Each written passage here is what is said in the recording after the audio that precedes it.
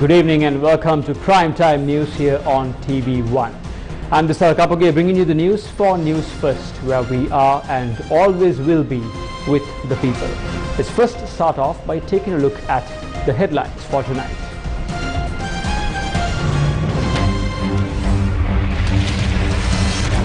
Sri Lanka detects the first case of monkeypox. Health sector urges public to exercise caution. Sri Lanka meets creditors again to restructure debt. අපි සියලුම ණය හිමියන්ට සමානව ඒ වගේම විනිවිදභාවයකින් කටයුතු කරන්න එකගතාවය පළ කරලා තියෙනවා. China lets down Colombo in securing $2.9 billion IMF loan in December. Government attempts to slash Samudi benefits. Unions warn against the decision. Australia's World Cup future lies in England and Sri Lanka's hands. And now in your top story, Sri Lanka detected its first case of monkeypox today, following tests carried out by the Medical Research Institute of Colombo. Sri Lanka detected its first case of monkeypox on Friday after a 20-year-old man who returned to Sri Lanka from Dubai on the 1st of November tested positive. He had consulted a doctor for treatment due to suspicions that he may have contracted a social disease, and his samples were sent to the Medical Research Institute in Colombo, where it was confirmed that he had monkeypox. He is currently being treated at the National Institute of Infectious Diseases in Colombo. According to the World Health Organization, 68,900 monkeypox cases were recorded across the globe as of the 3rd of November 2022, and only 25 deaths have been reported so far. In July, the World Health Organization declared a monkeypox outbreak across the world. Perhaps for up to 3 weeks, the infected individuals will start to develop symptoms, something like influenza, we call it flu, with fever and respiratory symptoms, and also swollen lymph nodes. Those are symptoms that start to appear during the early phase of the infection. At that time, one might not know it is monkeypox. But then following those symptoms within 1 to 4 days, infected people will develop a particular rash like pox vesicles, pox lesions in the skin. If a person returned from overseas within the past 1 month and experienced fever and a rash, especially close to the genitalia and rectum, as well as on the palms and face, we can suspect it has been caused by monkeypox. If you develop such symptoms, it is paramount to seek immediate medical attention. If you develop these symptoms with a recent travel history, we may have to suspect a case of monkeypox. If you are infected, it is important to keep distance from others until you are cured. ද්‍රෝණද කියලා ඒ වගේ තත්ත්වයක් මතුවෙනවා වහාම වෛද්‍ය ප්‍රතිකාර සඳහා යොමු වෙන්නේ කියලා ඒ රෝගීන්ගෙන් අපි ඉල්ලා සිටින හැම රෝග ලක්ෂණ මතුවෙනවා. Sri Lanka detected its first case of monkeypox at a time when dengue is also spreading rapidly across the country. Sri Lanka has recorded almost 40,000 more dengue cases so far this year compared to the figure last year. The country has already declared 25 MOH zones as dengue high-risk zones. Piliyandala, Harispattua, Ukwela, Badulla, Kegol and Mavanella are among the dengue high-risk zones. 43.1% of the total number of dengue cases reported so far this year are from the Western Province. Sri Lanka is facing this new issue at a time when the country is already facing a crisis in sourcing medicine and medical equipment. If the authorities import the vaccine soon, we can prevent the spread before it is contracted by over 1,000. We said this during the COVID-19 pandemic. They delayed it back then. Dengue is spiking rapidly. The hospital system is also collapsing. Some hospitals do not have facilities for the surgeries. We need to pay due consideration to this new issue. We are facing issues in the clinics and the wards. The OPD system is facing a collapse. We are experiencing a shortage in several medicine, including paracetamol and Piriton. We're also facing a shortage of some life-saving medication as well. We're also running out of anesthetic drugs. The blood bank may also face a crisis because of the shortage of material necessary for blood transfusion. The failure in the part of the officials to source the necessary materials has put the people's lives at risk. When you cannot carry out tests in the hospital, the patient is requested to do so at a private facility. That will cost them more than 5,000 rupees. The poor patients cannot afford it. The Sri Lankan people are those who benefit from free education and free health care. They should not be allowed to die in the streets. The health sector must be prepared to face this before it is too late. මේ මොහොතේ සෞඛ්‍ය පද්ධතිය වහා සූදානම් කරන්න මහා බිඳ වැටීමකට පෙර. We as citizens of Sri Lanka also have a responsibility to counter the spread of dengue. Dengue is spread by dengue mosquitoes. So how do you prevent it? Water storage tanks, flower pots, garden fountains, bird baths, fridge trays, water dispenser trays, broken cisterns, discarded bottles, tins, discarded tires and coconut shells are all possible dengue mosquito breeding sites. They need to be destroyed or recycled. Clean all rain gutter pipes to ensure free flow of water and that nothing remains. As mosquito eggs can survive up to 1 year in dry containers, they could be scrubbed clean at least once a week.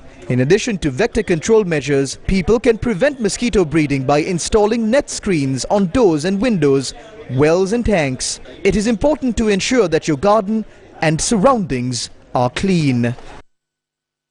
Now taking a look at the economic situation in the country, State Minister Shehan Singha spoke about the progress of the discussions with Sri Lanka's creditors on debt restructuring at a media briefing held on Friday. මේ පළවෙනි සාකච්ඡාව පැවැත්වුවේ පසුගිය The first discussion was held on the 14th of last month in Washington. The second round of discussions was held yesterday. I am happy to announce that the discussions were attended by a majority of the creditors, including China, India and Japan. Information on how they can assist us were exchanged. We have expressed our agreement to conduct the discussions transparently and impartially. Our objective is to secure approval from the Executive Board of the IMF as soon as possible because we are not receiving funds from international institutions and countries. We are implementing this process to remedy that. ඒ සඳහා අවශ්‍ය වැඩපිළිවෙල තමයි මේ ක්‍රියාත්මක කරන්නේ. චීනය සමග ණය ප්‍රතිහෝගත කිරීම මොන අධ්‍යයනයේද මේ වෙනකොට තියෙන සාකච්ඡා. ඒ වෙනද ඒගොල්ලෝ කොන්දේසි දාලා තියෙනවද?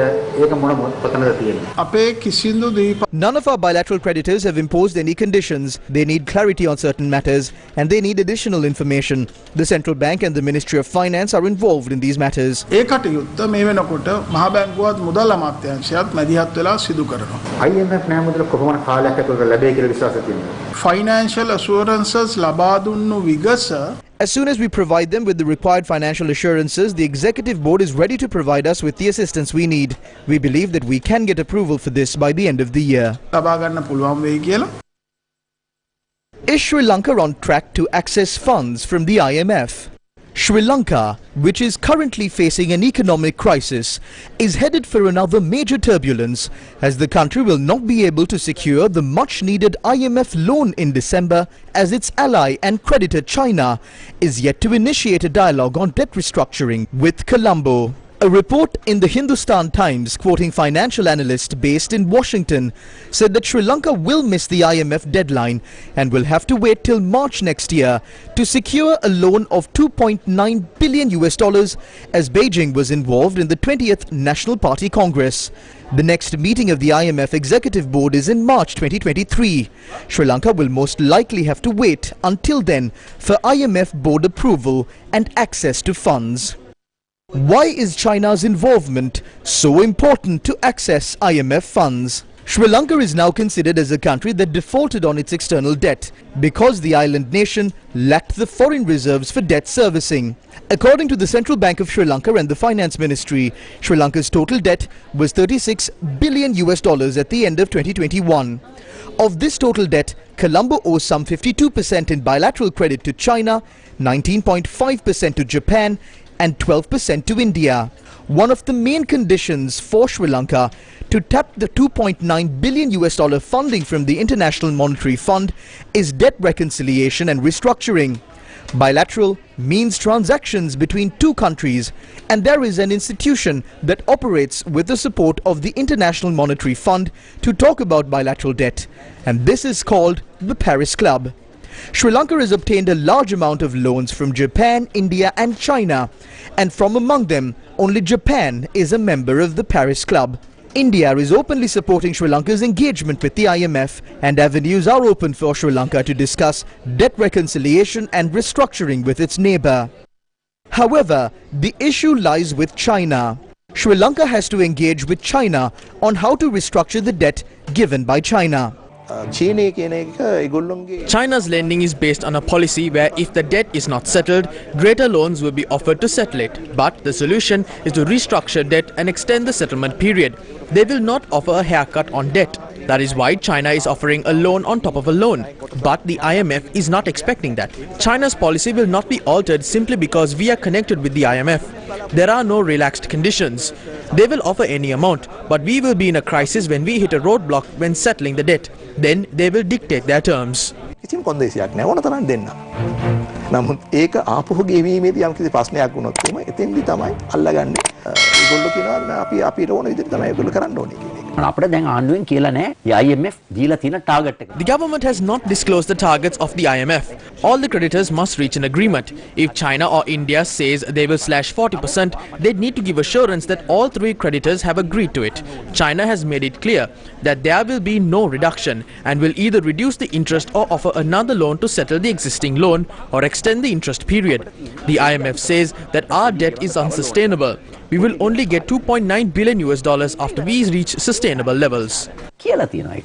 මේ ඩොලර් 2.9 හම්බ වෙන්නේ ඒ එකඟතාවයේ හම්බුණාට පස්සේ. What has Sri Lanka done with Chinese loans? Sri Lanka used loans from China to invest in the Hambantota port, Mattala airport, Lotus Tower in Colombo and expressways. Unfortunately, the return on investment was not enough to service the Chinese debt. Some of these projects have been handed over to China, labeling them as investments. However, the debt is yet to be settled. The IMF has informed Sri Lanka to boost its revenue streams so that debt can be serviced. The IMF also looks at cutting down on state expenditure and eradicating corruption to consider releasing funds to Sri Lanka. When we speak of restructuring government institutions, they only speak of selling off the profit-making ventures and never speak of developing the loss-making institutions. The government is not speaking about fraud and corruption. The government is not speaking about recovering the millions and billions looted from the country. Is the government speaking about transparency in providing lands for development? Are they speaking of developing the capital market to support businesses? Who would launch a business with a loan at 30% interest? On one side, businesses are taxed. The president must not assume that we are on top of a glacier. We are on top of a volcano that can explode at any moment.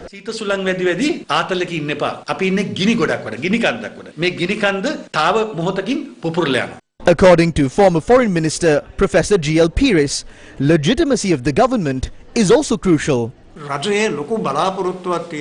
government hopes to obtain the IMF funds before the end of this year. However, the IMF has repeatedly said that the legitimacy of the government is a crucial factor. They stress the aid is for the people of the country and not the government. They have made it clear about their position on the mandate. The election will decide on the mandate.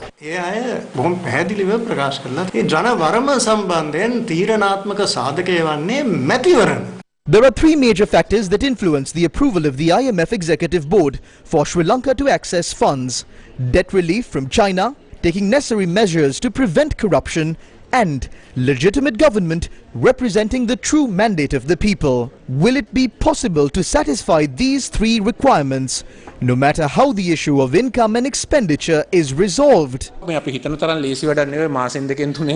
This is not as easy as we think. It cannot be done in 2 to 3 months. The IMF will not accept this even though we say we have restructured our debt. There are internationally accepted norms about the restructuring method. You have to comply with those standards. This is a very difficult task. Therefore, since we are talking about the solution, we are safe as long as we work assuming that we do not have the IMF with us. I am sorry to say that the Central Bank and the Ministry of Finance are in economic extremism. They only think about one side. There is a basic problem that taxes are increasing. What happens to industries when taxes are increased? What happens to businesses? They don't care what happens to the professionals. The country is heading for a major social explosion and we are unaware of that. මොකද්ද වෘත්තීය වේදියට වෙන්නේ කියලා හොයන්නේ. නැත්තම් අපිව නොදැනි මහා සමාජ පිපිරීමකට රට ගමන් කරන. Against this backdrop, is it possible to manage the economy further by relying on the IMF itself? A group of small and medium-scale businessmen convened a press conference in Colombo and pointed out that a country cannot progress forward without a proper plan.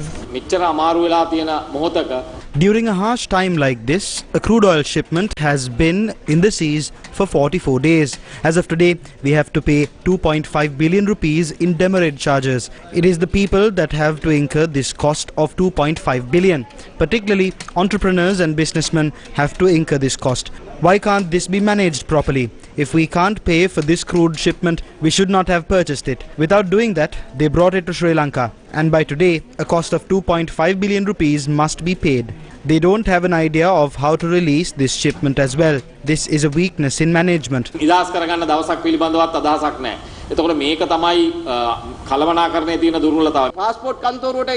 to 4,000 people are waiting in queues at passport offices. If 4,000 people leave the country per day, will there be a working mass in the country in the future? This must be stopped.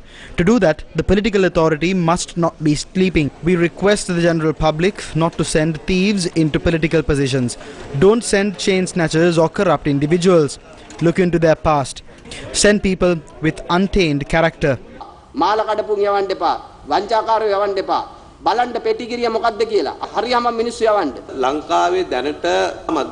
There is a collapse in medium-scale businesses in the country. The political leaders have stopped talking about entrepreneurs and medium-scale businesses. Employees of many factories have lost their jobs. Their families have been affected as a result. They don't have a way to get by. The country is already destroyed.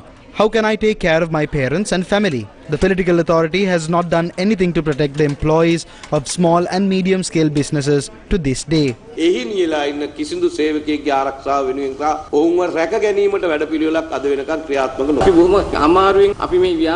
have been maintaining these businesses with many difficulties. They are barely surviving, as the government has given a credit extension until December. After that, the extension will end.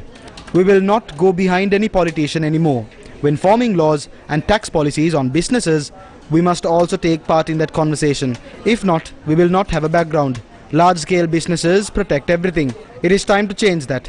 That can be done. Our collective is required for a short period.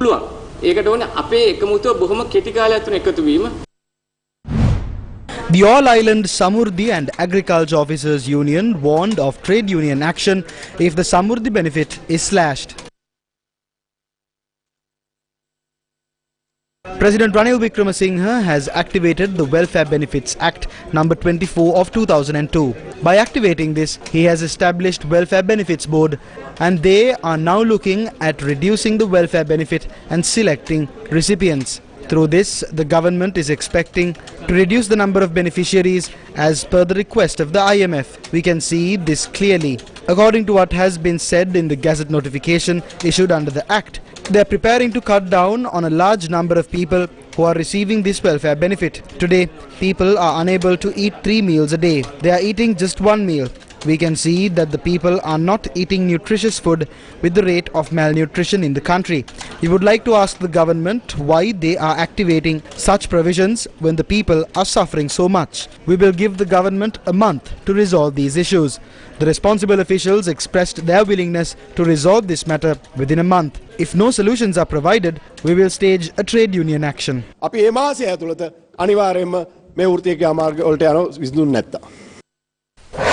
News First with the people. Does a children-led band go against child labour? Details of this story and much more after this short commercial break. News First, main sponsor. 25% for 2 months, 25.5% for 4 months. Valuable FD. Anko ege arakshita itigini petti. Surya gini petti. Lovatama eliya denna dilena Surya. Amataka vinnema නැති namage Surya. Mohotin dalvena gini kura Surya. Kavadat namagat gini petti Surya. Kavadat namagat gini petti Surya. Kavadat kotanat samage vishwashe dinagat anko ege arakshita iti gini petti Surya gini petti. Ivan satutin inne wiring karala Wiring කිරුවේ Eslon Polycon යොදලා. For your safety and the protection of the wires used in networking and AC wiring, Eslon Polycon cable trunking. A trusted place for your fixed deposit. Valuable FD, 25% for 2 months, 25.5% for 4 months. Valuable FD, the symbol of stability. Ivan සතුටින් ඉන්නේ wiring කරලා. Wiring කිරුවේ Eslon Polycon යොදලා. For your safety and the protection of the wires used in networking and AC wiring, Eslon Polycon cable trunking. And welcome back to the news. Sri Lanka police has taken steps to halt activities of the Ashavari Children's Band, which came into prominence recently. Sri Lanka abhimananiya deshayai nove yagin paputure. The Ashavari band, consisting of a group of children, came into notoriety on social media recently. The musical group had performed in open concerts during the past week.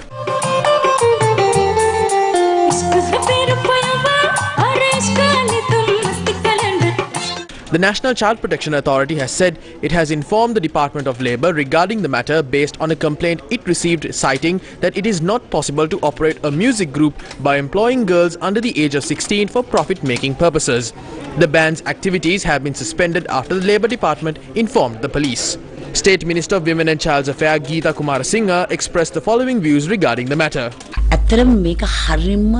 This is wrong. Opportunities must be provided for children to showcase their aesthetic skills. Laws like this cannot be formed. Art is a different stream. It is a crime to do these things to talented people. I started acting when I was 16. I too was a child when I started. Don't hinder their talents. Allow the children to engage in their artistic work.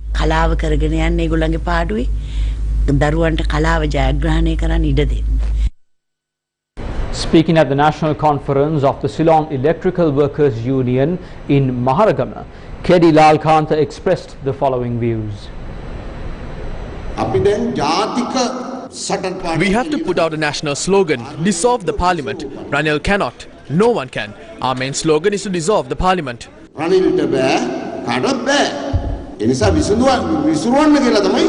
අපේ ප්‍රධානම සටන් පාටිය. එහෙනම් මේ දවස්වල රනිල් වික්‍රමසිංහ නිකන් ගේනවා රනිල් ආවට පස්සේ නිකන් තියෙනවා වගේ තියෙන්නේ වගේ කතාවක් තියෙනනේ. එක ඩොලර් එකක් රනිල් ආවා කියලා. Not a single dollar has come to the country just because Ranil came into power. What is the mainstream for dollar to come into the country? Is it the dollar sent by expatriates? 60% of that doesn't come to the country. It does not come even after Ranil came into power. Why do you think it doesn't come? Because of their corruption, wastage and bribery. They would send dollars if there is an administration that is not corrupt. The government does not have a mandate. Governments are changing quickly. Tax policies are changing rapidly. It is a collapsed country. Tourists can't come then. No matter how hard he tries, no matter how much they brag, investors won't come into a politically unstable country. That is why we are saying to hold an election to elect a new parliament.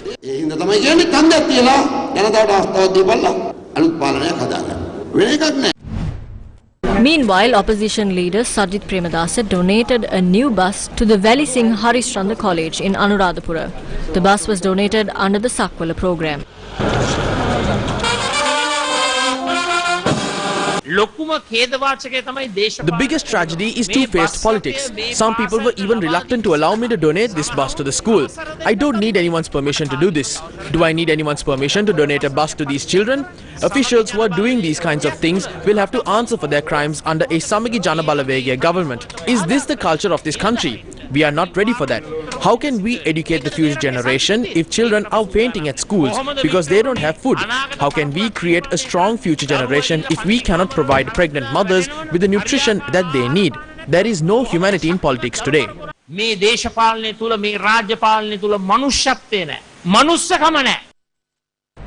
Stay with us for more news after this short commercial break.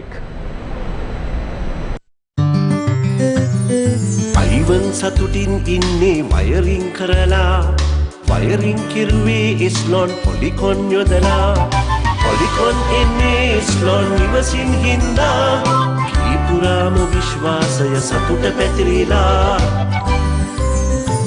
For your safety and the protection of the wires used in networking, electricity and AC wiring. S-Lawn Polycon Cable Trunking. Suitable for white walls. Prevent spread of fire. Double lock technology. Ask for S-Lawn Polycon by name.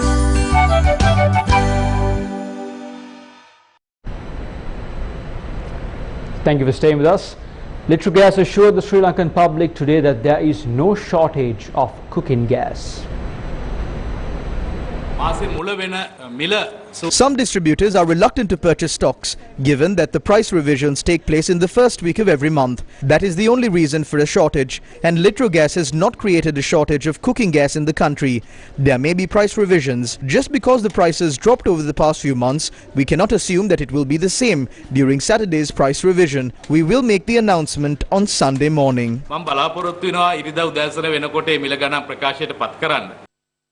The International Federation of Red Cross and Red Crescent Societies says at least 5.7 million people require humanitarian assistance in Sri Lanka.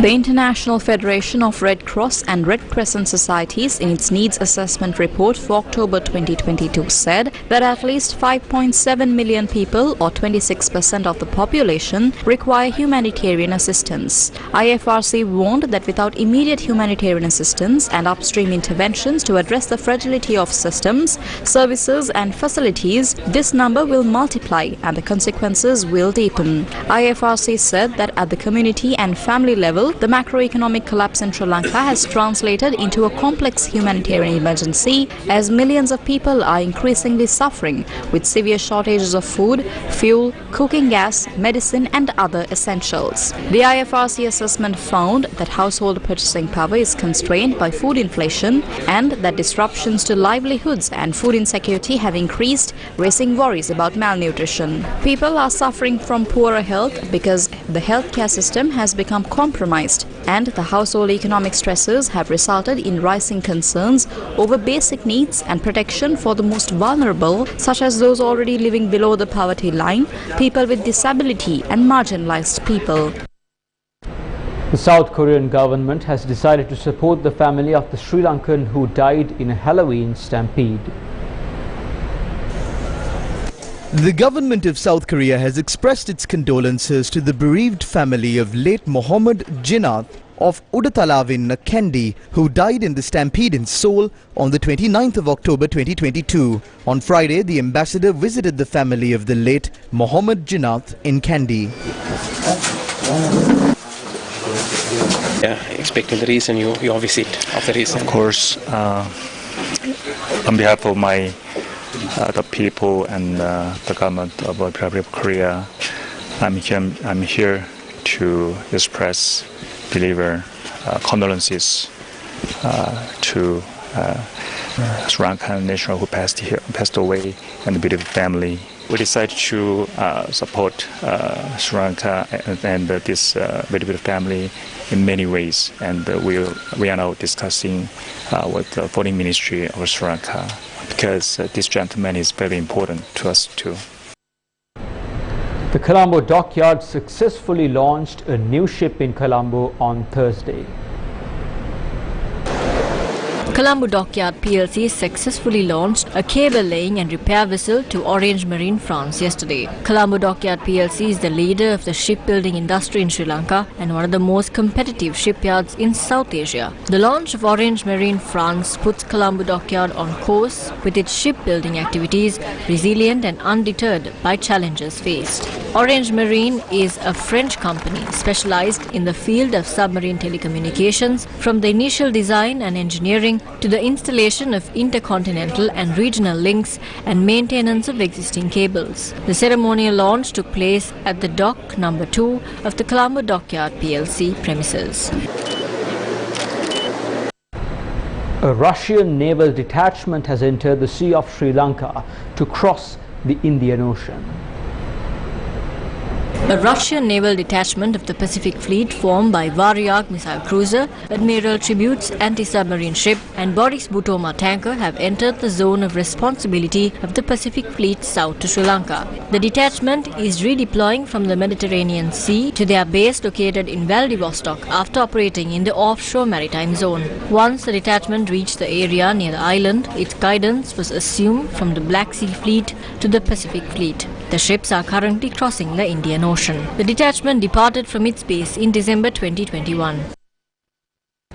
The book titled Yali Mavena Aparadayak, written by President's Counsel Sara Jayamanna, was launched at the BMICH today. The book revolves around the President Council's experiences as the Director General of the Commission to Investigate Bribery or Corruption. Religious leaders, the Justice Minister Vijayadasa Rajapaksa and President of the Bar Association of Sri Lanka Salia Piris were among those present at the event. Now moving on with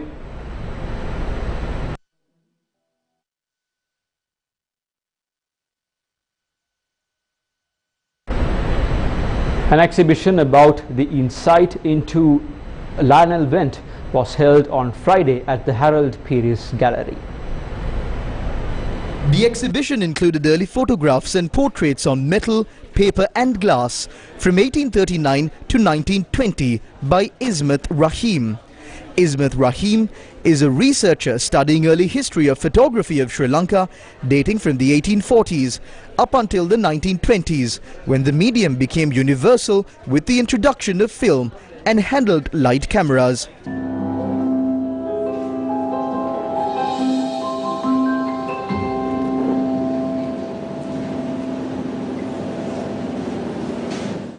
A film on the life of Julia Margaret Cameron, Isle of Wight to Ceylon, a collaborative effort by director Martin Piris and Ismet Rahim, was also on display.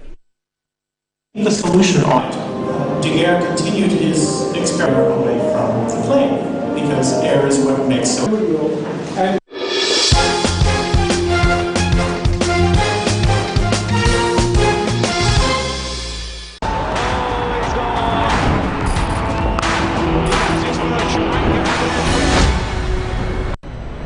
Australia edged past Afghanistan, but their semi-final berth is still doubtful. And Sri Lanka's hopes of reaching the semi-finals were crushed following Friday's match. This is the ball that travels once again in those. It is 11 from... Afghanistan captain Mohammad Nabi won the toss and asked Australia to bat first. The hosts did not get off to the kind of start they would have liked, as they lost both of their openers with just 48 runs on the board. Mitchell Marsh took over the reins after that with an excellent knock of 45 from 30 deliveries. Marcus Stoinis also added valuable 25 runs from 21 deliveries.